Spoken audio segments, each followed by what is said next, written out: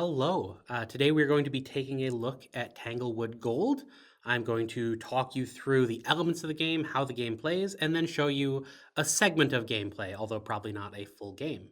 So let's dive in. Let's start with what's most familiar, and then we'll get into what is the most unique and most new. So starting down here at the bottom, I have my little hero setup. I have chosen Pinocchio, and like most heroes in Tanglewood, or all heroes in Tanglewood, they have two different sides that can flip. But uniquely, Pinocchio has to start on his wooden side, and at a certain point in the game, you choose to flip, but you can never flip back unless something special happens. So I have set up my hero down here, I have adjusted my stats and set them next to my hero, and I have given myself my starting gold, which is 20 minus my stats. So my stats add up to 7, I have 13 starting gold. And then all of my ready dice are right here. So far, so much the same as most 20 strong decks you may be familiar with. In a game of Tanglewoods Gold, you are going to be journeying through the Tanglewood Forest in an attempt to find and knock out the three bears before they knock you out. So over here in the corner, I have Papa Bear, I have Baby Bear, and I have Mama Bear. So we have the three bears, and admittedly, they look a lot like wolves right now. It is worth pointing out this is a rough prototype. This is using all of the Tanglewood red art. All the minions will have the same art. All the bears have the wolf art. We don't have any art assets for Tanglewood Gold on this prototype just yet. So this is to show you how the game plays, not necessarily how the game is going to look. So bear with me there. So through the course of the game, we have to add these three wolves to the deck. Sorry, three bears. I'm confusing myself. Add these three bears to the deck and then defeat them. If at any point we are defeated, our health is reduced to 0, we lose the game. Beneath the bears, we have the merchant. So the merchant has a series of effects I can pay gold for, and beneath the merchant is an item deck. And much like in Tanglewood Red, we have a series of items, all of which have an upgraded side if you pay to have them upgraded. So two-sided item deck, merchant on top. Moving over here, we have a deck that is made up of minions and fables. So if I thumb through it a little bit, you'll see a series of enemies that look very familiar. You have health, you have damage, you have a bribe stat, so you can pay them to go away. We'll get to that a little bit. And some things that may be a little bit newer, which we'll touch on shortly. But mixed in, you also have fables. Fables being the events that are going to happen as you go through the Tangled Woods that can have positive effects, they can have negative effects, they can have very specific effects that are good or bad depending on when they occur. So this whole deck is shuffled together, and it is worth noting this whole deck has a daytime side and a nighttime side. So every card in here is double-sided, and the nighttime side is the same thing. It's the same minion or the same fable, but a slightly harder version of it. So at the beginning of the game, everything in here is on its daytime side, but as you go through the game, more and more things will flip to nighttime, making the game harder and harder the longer it lasts. So we'll place this deck here, and just above this, our last new element, we have our Tanglewood Gold map cards. So similar to this deck, it has a daytime side and a nighttime side, with nighttime being slightly harder. And each one of these is going to give you a series of directions. So it'll say north, north, northwest, or southwest, west, etc. Those are the directions that you have to achieve before you can complete this map segment. Now, what do I mean by achieve? Let's just grab this one, for example. So south, west, west. I'm going to set this out, and what I'm going to be doing is taking cards from this deck, trying to fulfill these directions. So this minion has the direction north. That wouldn't be helpful. I may end up taking it for other reasons, but it wouldn't help me complete this map. So as I'm slowly going through here, looking for these directions, I'm trying to find ones that match up with what I've been given or what I've selected on my map card. And all the minions are going to have north, south, east, west. Some of them will have a wild, which at the moment looks like a sideways S here, and a few won't give a direction at all. And you can still take these, but they're not going to help you as much. So say I got a west, and a south, this map would be considered completed, which would thrust me into an engagement and force me to deal with it. So we'll get into the nitty-gritty of how that works as we play, but for setup, that's all you really need to know for the moment. So we'll shuffle this back, we'll set it aside, We'll tuck this over on the bottom and give this a quick shuffle. And lastly, regarding the merchant, you will note some map cards have the merchant icon down here in their corner. What that means is when you finish an engagement and you've completed the map that has that icon, then you can visit the merchant. So that is how you're going to periodically head over and buy things and spend that precious gold. Let's dive right in. The first thing to note is your strategy stat in this game is basically going to control how deep into these decks you go on a given turn. So, for example, at the start of a turn, I have nothing out in front of me. I don't even have a map. So I need a map that I'm trying to complete. Since my strategy stat is 3, I'm going to draw the top 3 cards, and then I'm going to pick one to be the map that I am basically pursuing, that I'm trying to achieve. So I have an east-south, and that has a special effect. During cleanup, I can choose to either gain 5 gold or not flip cards from this cleanup to nighttime. So kind of a beneficial effect if I do that one, and it would let me visit the merchant. This one is a northeast-east-north, so a little bit longer. I'd have to find at least 4 cards to complete this one. And this effect is green dice cannot be committed, so not as good, not as helpful as this one right now. And then a northeast, no merchant on either of these.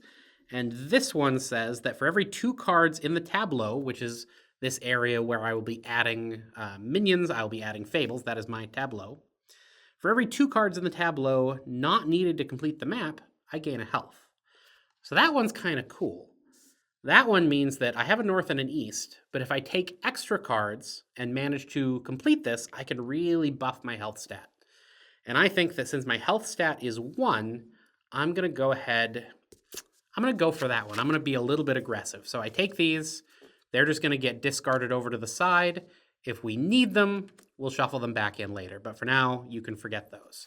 So we need a north and an east to complete this map. And then this after effect, we'll come back to that later. Now, before we start working on completing this map, let me tell you what Pinocchio does. So as I mentioned earlier, he has a set starting side. So I have to start as Pinocchio Wooden.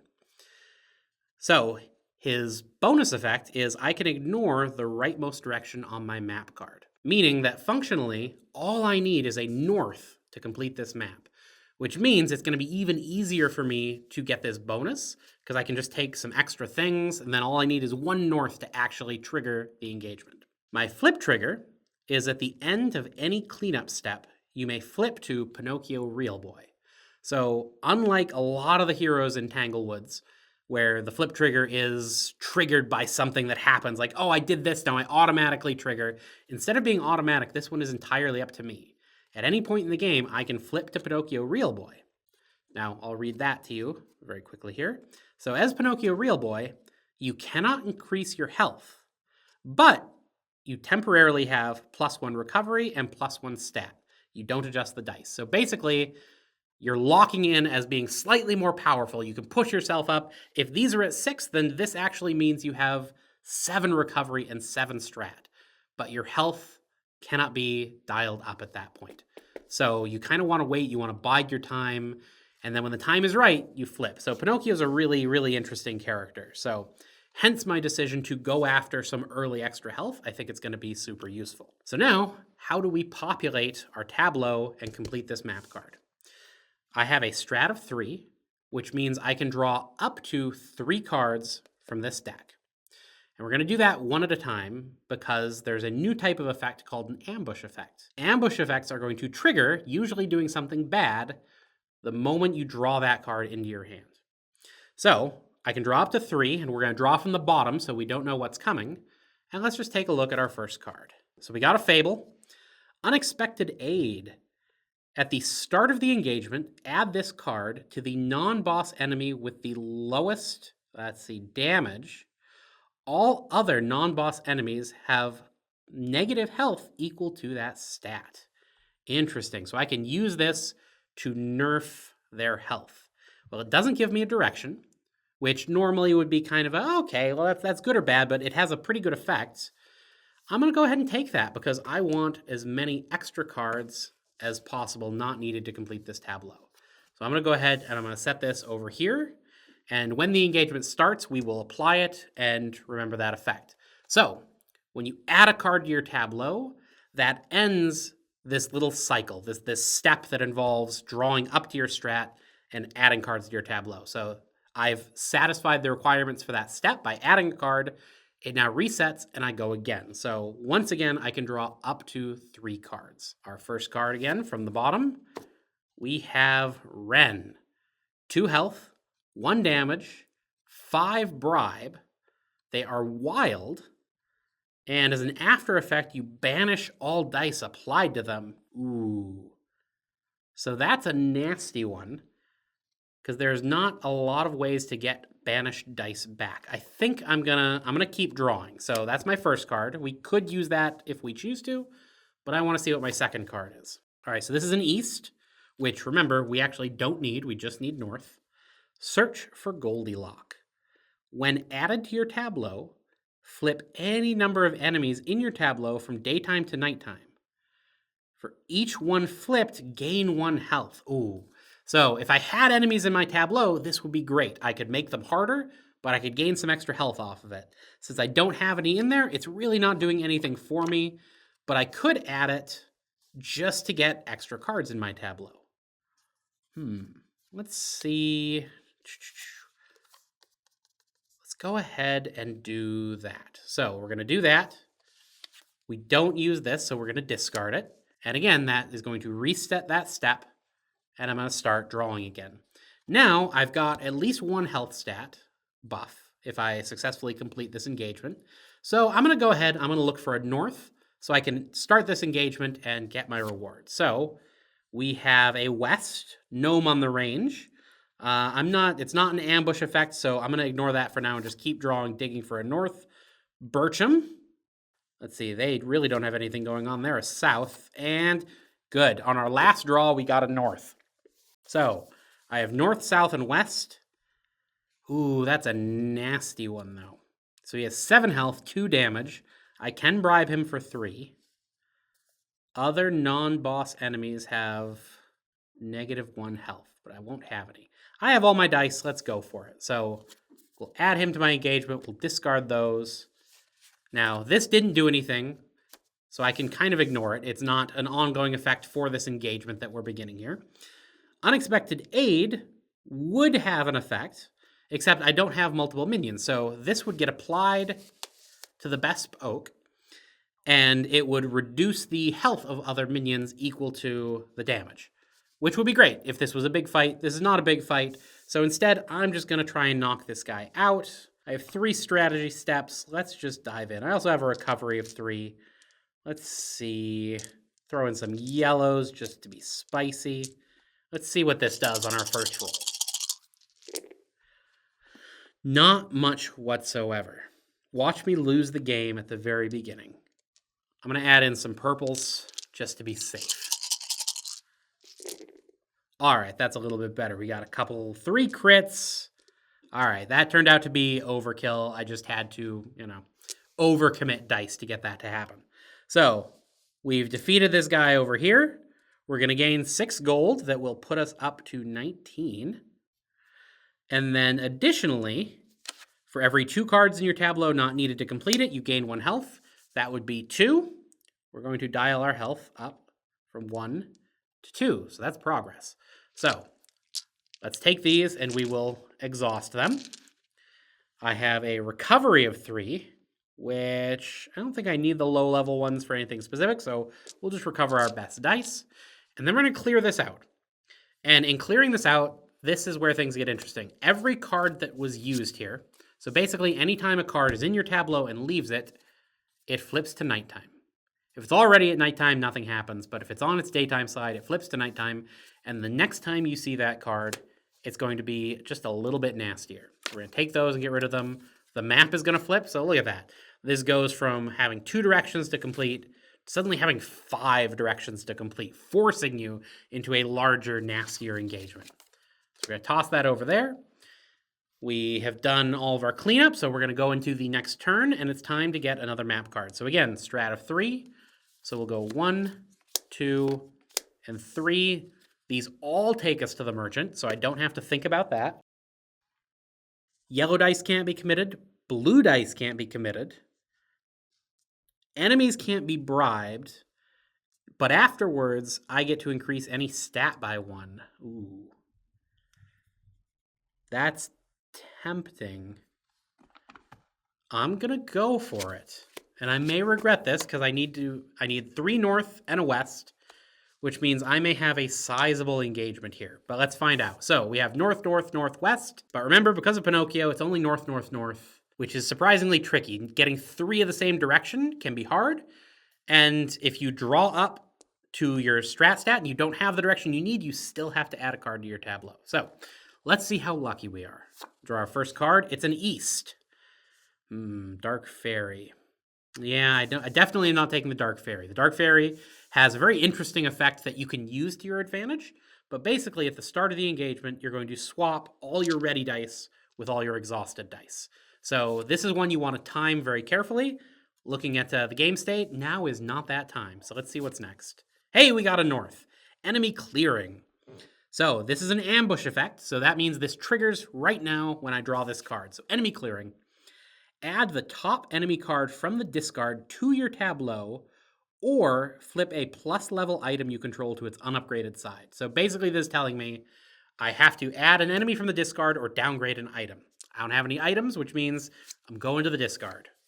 That's going to be the oak that we just defeated. He's coming out. He is wild. So that gives us 1 north. I'm going to go ahead and take this. That's going to give us a 2nd north.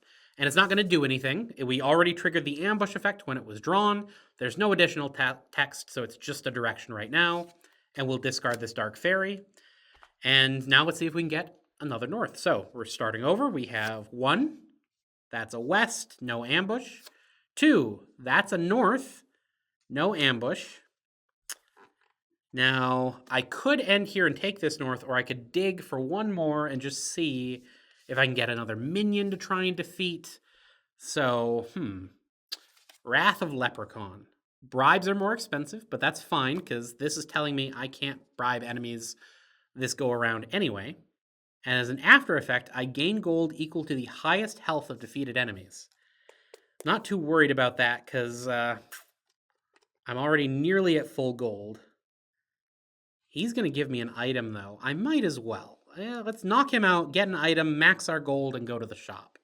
I think let's do that. So we're going to put this down. We'll discard this. And remember, we're ignoring west because of our ability.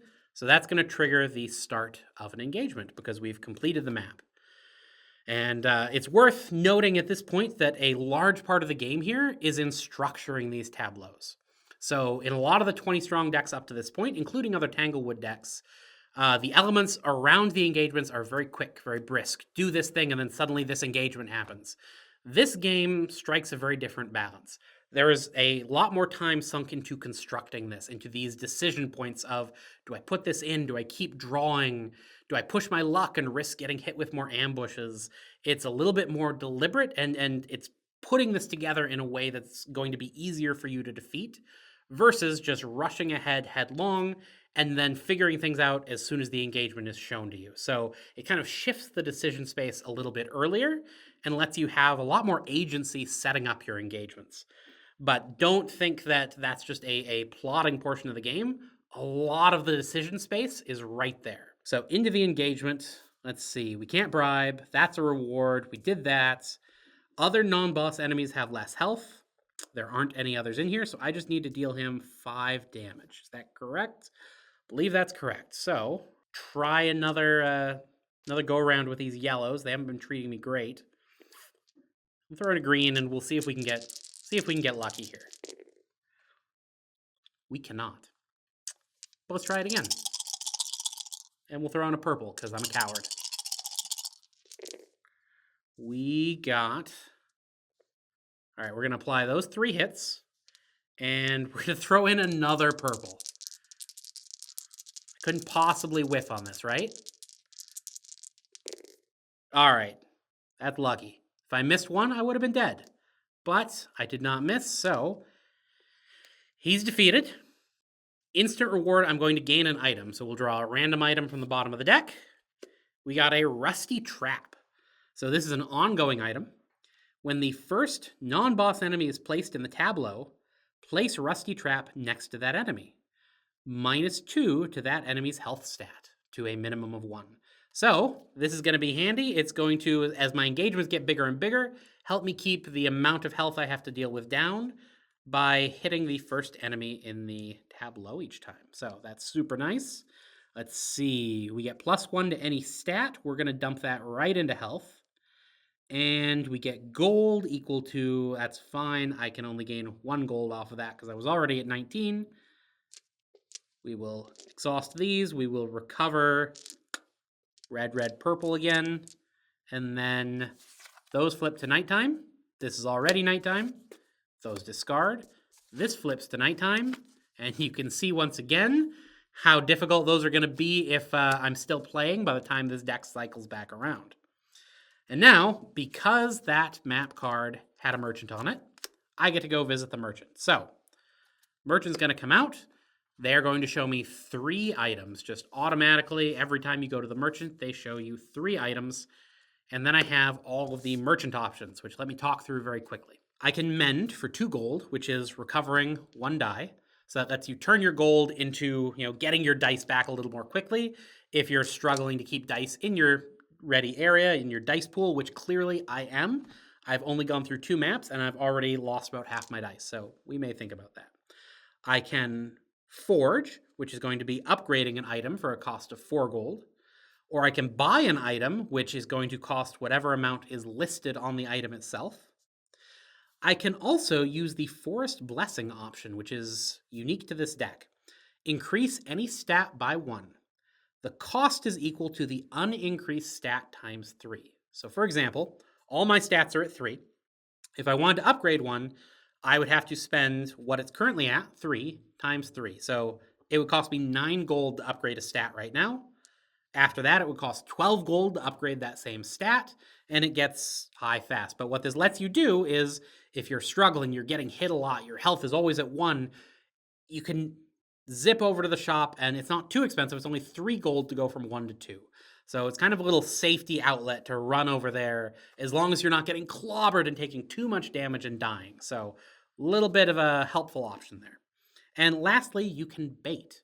So baiting costs 5 gold, and it lets you take any one set-aside bear and shuffle them into the deck. So, because I want to show you how everything works, I'm going to start by spending 5 gold down to 15 to take a bear and shuffle it into the deck. And I have to choose which bear I want to shuffle in. So the bears have a lot of things going on. I think I'm going to pick Papa Bear, but let me tell you a little bit about what Papa Bear does. So on this side, Papa Bear has an ambush, as does every bear. So I'm going to shuffle them in. When they show up in my hand, they're going to do something mean to me.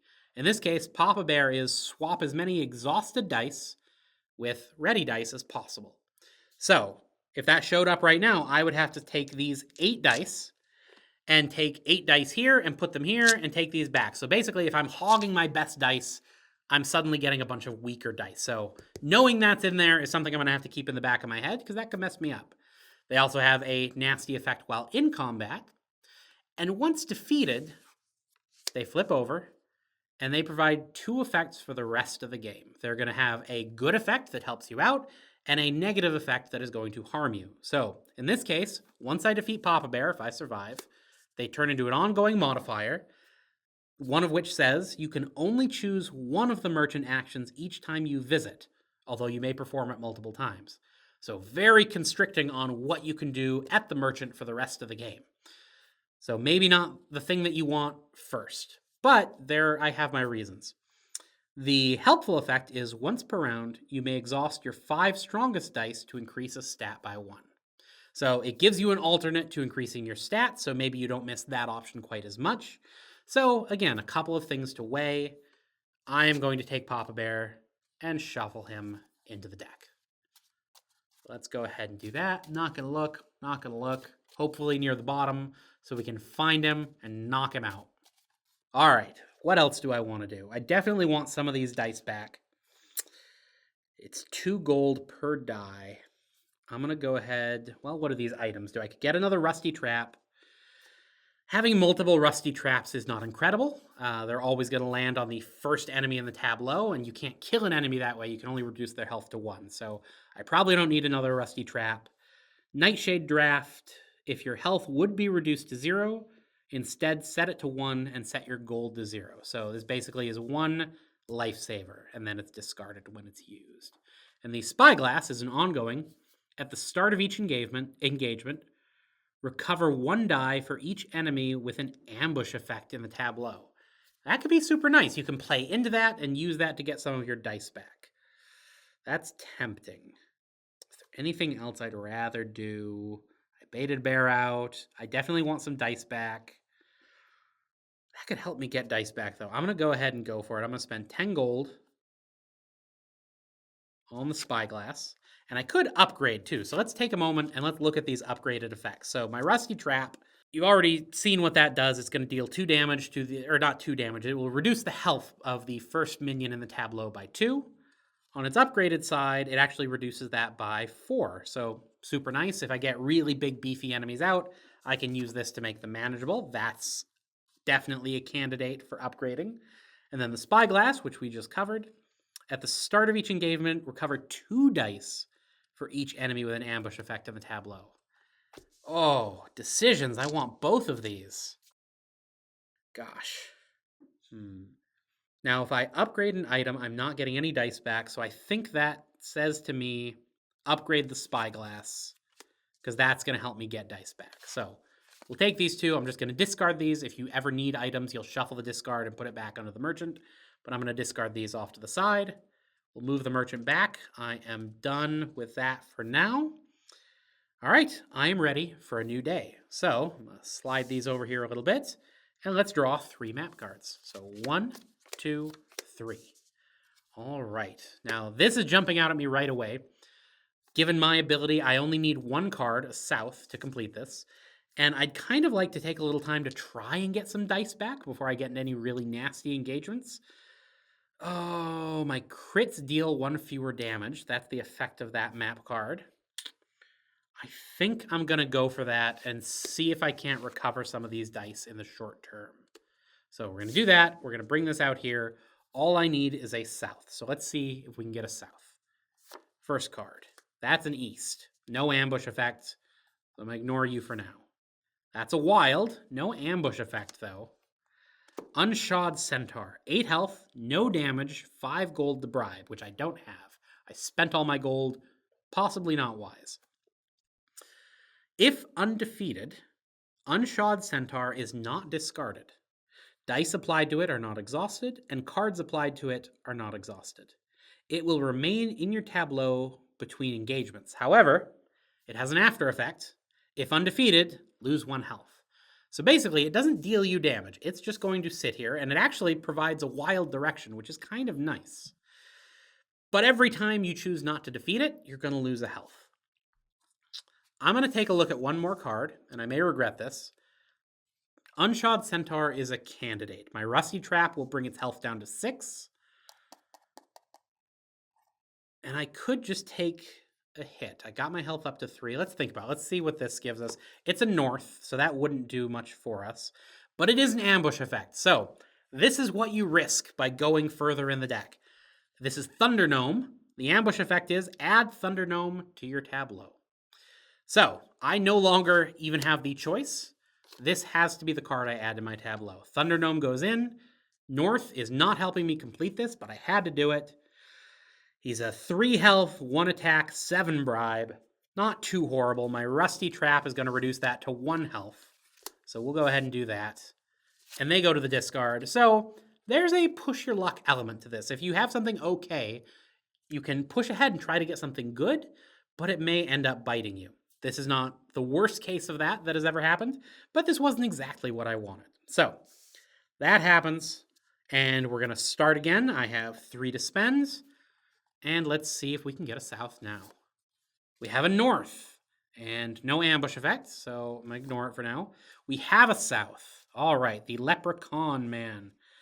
Enemies have +3 bribe. I do not care about that. I'm not bribing anything. He's a hefty boy, though. 6 health, 2 damage. That is not going to help me get dice back. Do I risk looking at another card? You're all thinking it, so I'm going to do it. I'm going to look at another card. I know you want me to. All right, we got a Fable. It has no direction on it, so once again, this won't complete our map. Scent of Blood. During the suffer damage step, if you suffer any damage, lose 1 health. So if I lose any health, I lose another health. Not the best. But as an after effect, I can increase either of my other stats, my strategy or my recovery, by 1.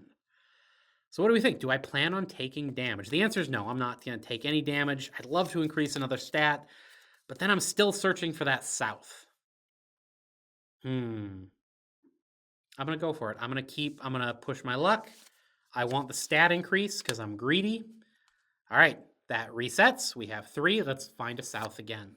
That's a north. It has an ambush effect. All right. Undiscovered Plum Tree. Increase any stat by 1, then discard the top 5 cards of the forest deck, flipping all daytime cards discarded to nighttime. That's interesting. So, 1, 2, 3, 4, 5. And these all flip to nighttime. So I've just made my discard a little darker and a little harder when I get to it. But thankfully, we didn't discard Papa Bear, who, just as a side note, would not flip. He does not have a nighttime side, but he would still be discarded. And that would suck, because then I have to go around again to try and find him. So that's good. And I get to increase a stat by 1. Let's increase recovery, because we're struggling on dice. And this ambush effect does not force it to get added to my tableau, so I can keep drawing. And my spyglass doesn't give me anything for this. It's only giving me dice for enemies with the ambush effect. So let's draw another card. This is a south. All enemies have 1 fewer health for each north on your map. I don't have any. And 1 fewer damage for each east. Don't have any of those either, but I'm not concerned. This guy only has 1 health because of my Rusty Trap. We'll add that. We'll discard this, and that is going to trigger the engagement to begin. Now, as a reminder, my crits deal 1 fewer damage, but I'm okay with that. I have my handy-dandy red die here. He only has 1 health because of the Rusty Trap. I think we can handle it. But first, the Spyglass says, at the start of each engagement, recover 2 dice for each enemy with an ambush effect in the tableau. That is 1. Could have been more, but that's okay. We're going to go ahead and recover. I'm going to recover 2 yellow because I know Papa Bear's in there and I know what he does. Let's roll. I could try and knock him out with a yellow, but that's okay. I actually kind of want strong dice in there in case Papa Bear shows up and makes us flip-flop. So we'll roll our red die. It's a hit. Surprise, surprise. We knock him out. We gain a couple of gold. That's his reward. 1, 2. And as an after effect, we get to increase one of our non-health stats. I'm just going to go straight to recovery. I'm going to push recovery to 5. That gets exhausted. My Rusty Trap comes back. My trusty Rusty Trap. They all flip to nighttime. This flips to nighttime. It did not have an after effect. No. And now I'm going to recover 5 dice. 1, 2, 3, 4. Actually, not you. Yeah, we're going to take these. All right, I'm feeling pretty good. I'm ready for this bear to show up. Where are you, Papa Bear? All right, new map. 1, 2, 3. Okay. And, by this point, maybe I should have put another point into my strategy stat. It would let me see more maps. It would give me the chance to go deeper into this deck. But I really am pushing recovery right now, so maybe that's a mistake. We'll find out. I have 2 options to visit the merchant. Still don't have much in the way of gold. But it is tempting. If I get a little more gold in the next engagement, I can go and get another bear out. And then it's a race to see who shows up first. I have a southeast, southwest, northwest, west. Each time you lose health, defeat a non-boss enemy. That's interesting. If I take a hit, I can knock somebody out. As an after effect, I can upgrade any item in my inventory for free. I can get this Rusty Trap up. That's nice. And I can ignore ambush effects. Ooh. I already went to all this trouble to prepare for Papa Bear, but that's still tempting. I kind of like the idea of upgrading my rusty trap for free. We're going to go north, west, west. All right. Let's see what we get first. Fury Toad, and he has an ambush effect. Immediately flip your hero or set your gold to 0. If flipped, your hero cannot flip back until the end of the next engagement. That's particularly rough for me because I only get the 1 flip per game. So if I let this flip me to my real boy side, I don't get to flip back. That sets it. Now, conversely, if I had already flipped, this could force me to flip back to wooden, which is a rare but interesting interaction. So I think I'm going to take the gold penalty because it only cost me 3 gold. And we're going to keep drawing. But he's a candidate to take. I'm going to go ahead. I'm just going to actually add him to my tableau. He gives me a direction that I need, which is north. And he has an ambush effect, which means 2 things. 1, the ambush effect already triggered. I don't have to worry about it in the engagement. It's gone. He smacked me. I dealt with it. It's fine. But it also means because of my spyglass, I get to recover these 2 dice when the engagement starts. So kind of a nice little side benefit. I'll go ahead and take him. We'll start back and we'll start looking for a west. All right, Papa Bear. Not even going to keep going on this go-round. I know we're going to add Papa Bear. So swap as many exhausted dice with available dice as possible. So it doesn't even matter. I know I'm getting my dice back, but we'll swap these 2 for a couple of yellow just so we can, stick our tongue out and go, bleh, Papa Bear, you don't scare me. So Papa Bear gets added to the tableau, does not add a direction. So we are looking at a very challenging fight here, but we're going to have tons of dice. So I think we're okay. The Rusty Trap should be over here on the Fury Toad. Doesn't do a lot. It reduces his health to 1 from 2. I can deal with that. All right, let's get, and remember, we only need the north and the west because of our ability on this side. Let's go find a west, and then let's defeat this bear. First card drawn. It's a south, no ambush. Not even going to look at it. South, no ambush. Maybe I should look at them. Actually, Wensley's Dale is not bad. So Wensley's Dale has a During. Each time you defeat an enemy, choose 2 exhausted dice to immediately roll and apply to enemies. Actually, that's not helpful right now because I'm not going to have any exhausted dice in that area. So let's keep drawing. We got a wild. That's exactly what we want, but it has a ambush. Add the next card in the forest deck to your tableau. This does not count for your mandatory add. So that's good because while we're forced to add the Stinky Cheese Man, I can still add the Disorienting Fog, which actually I don't need to, but I'm going to add it anyway because I don't want to add either of these. So those discard. The Fog isn't going to do anything here. We can ignore that. Stinky Cheese Man is a 3/1/6 with a wild direction, so my map is complete. During. Before each roll dice step, you must exhaust 1 yellow. If you can't, then you can't roll.